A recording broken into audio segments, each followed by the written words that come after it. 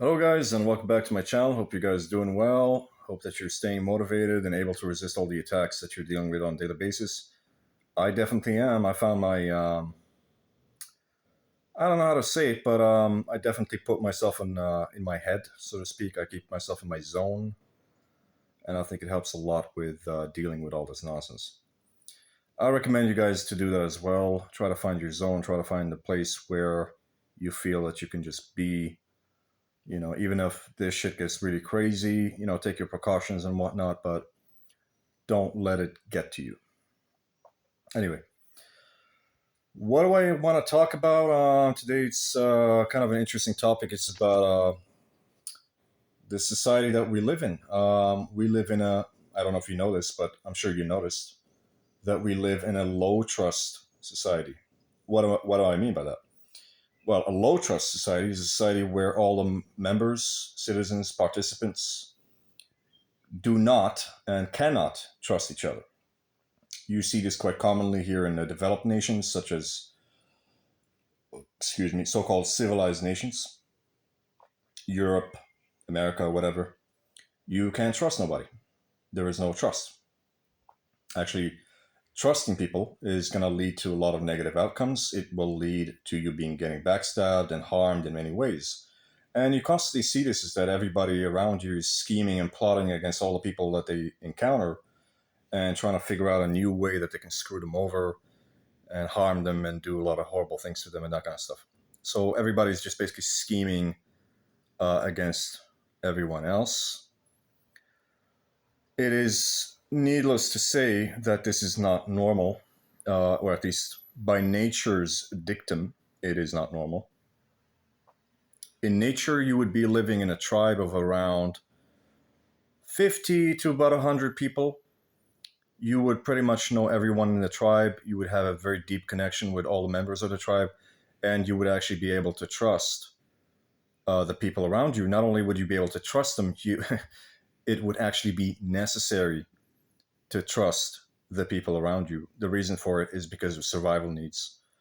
Because you live in a society, if it's like a hunter-gatherer primitive tribe, where you have to trust the people around you because you have to cooperate and work together so that you can achieve survival, so that you can work together and survive and go out there and hunt and bring food and protect yourself from predators and other tribes that might be attacking you and that kind of stuff.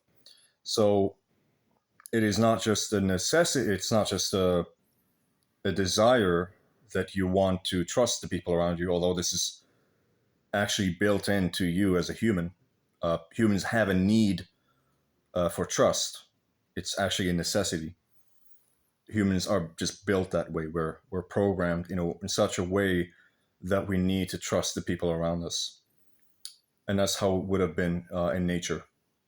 But it's not just a desire or something that you want to fulfill. It's something that is actually necessary. You need it for survival purposes. And people that live in nature, people who are primitive hunter-gatherer tribes or pastoralist tribes that grow cattle and that kind of stuff, they need to trust the members. They need to have a homogeneous, cohesive society so that they can work together and survive. Not being able to trust somebody in a tribe would lead to a lot of negative outcomes, and that member, as soon as they're identified, would be kicked out of the tribe because it would jeopardize their survival. Now, obviously, I want to talk about the reasons why this is not considered to be a necessity anymore in modern times in such a civilized society is because people believe that we have, as a result of as a result of civilization, they believe that humans have evolved beyond the need for, uh, bare survival and beyond the need for trust. Because our survival is in this modern society is no longer dependent on the people around us or the members of some tribe. It is basically dependent on you being able to function within a system. So it's not really necessary for you to make sure that somebody else can be trusted or not, actually it makes no difference for you, because you can backstab and be as distrustful and cynical as you want to be. It would make no difference to you at all. Actually, in this society, it would help you to um, become stronger, and it would help you to achieve the goals that you want to achieve, whatever they might be. Let's say if you have some kind of financial or political aspirations, being untrustworthy and untrusting and cynical would actually help you in this society.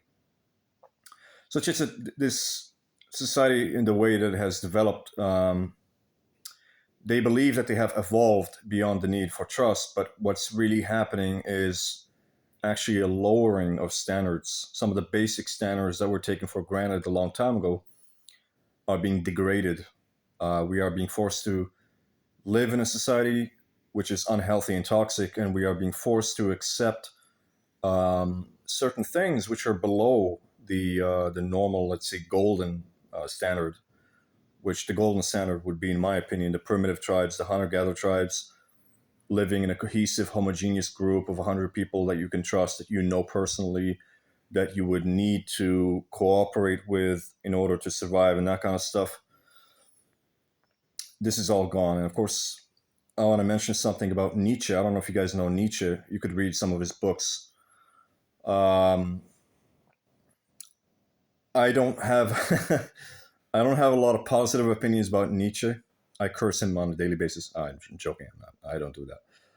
But yeah, I don't like Nietzsche. I think he was a moron. But he did say some things which do make sense. I mean, he's wrote a book called "Thus Spoke Zarathustra," and you can read that book. It's an interesting book. He made also a division between the Übermensch and Untermensch. Basically, he made a classification that there are some people who are superhuman and some people who are below or subhuman. I'm not going to go into too much details about that, but there's some good stuff there to look into. It's not too bad. But this, Übermensch, Untermensch shit is only necessary as a classification in the modern society, in a such a supposedly civilized society. But the problem is that what Nietzsche doesn't realize is that naturally, people living in nature, in a hunter-gatherer tribe, there is no hierarchy, because everybody would be considered to be equal. There is no one who is on top and people who are on the bottom. There is no hierarchy. Everybody is considered to be equal, on equal footing. And as long as you function within the tribe for the ultimate purpose of the tribe, which is to get resources, food, and procreate, then you will be accepted by the tribe and welcomed, and there is not going to be any problems. It's actually once you deviate from that's when you're going to have problems with the tribe. But as far as hierarchy is concerned, there is not really a hierarchy. There's no like top-down structure of like, I'm the powerful person on top and you're like below me and you're a slave. There is no such concept in nature, because you need to use the members as resources for survival.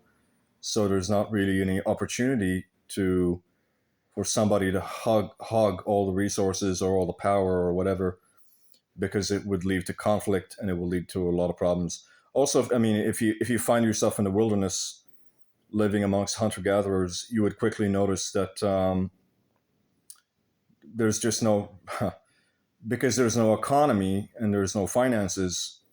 All the people care about is living their lives, being happy, protecting themselves, and getting food, and women obviously to procreate. So there's just no need for hierarchy. Hierarchy is actually a result of civilization. It's because once you build civilization, you start building cities, and you raise, you grow crops, for example, and that leads to cash and money, and the concept of money and currency and building wealth. That's when people start to have unequal levels of wealth. Some people become really wealthy and powerful, and some people become very poor and downtrodden or not powerful.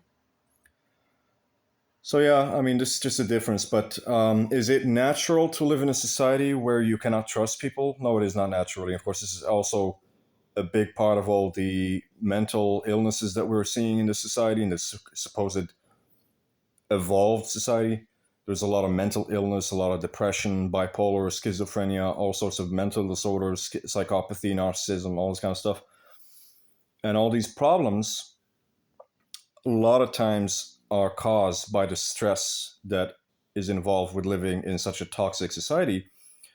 But it's also linked to the low trust. It's related to the lack of trust, because people living in a lack of trust leads to insecurity. It leads to a lot of mental problems. It's mentally damaging. It's not mentally healthy.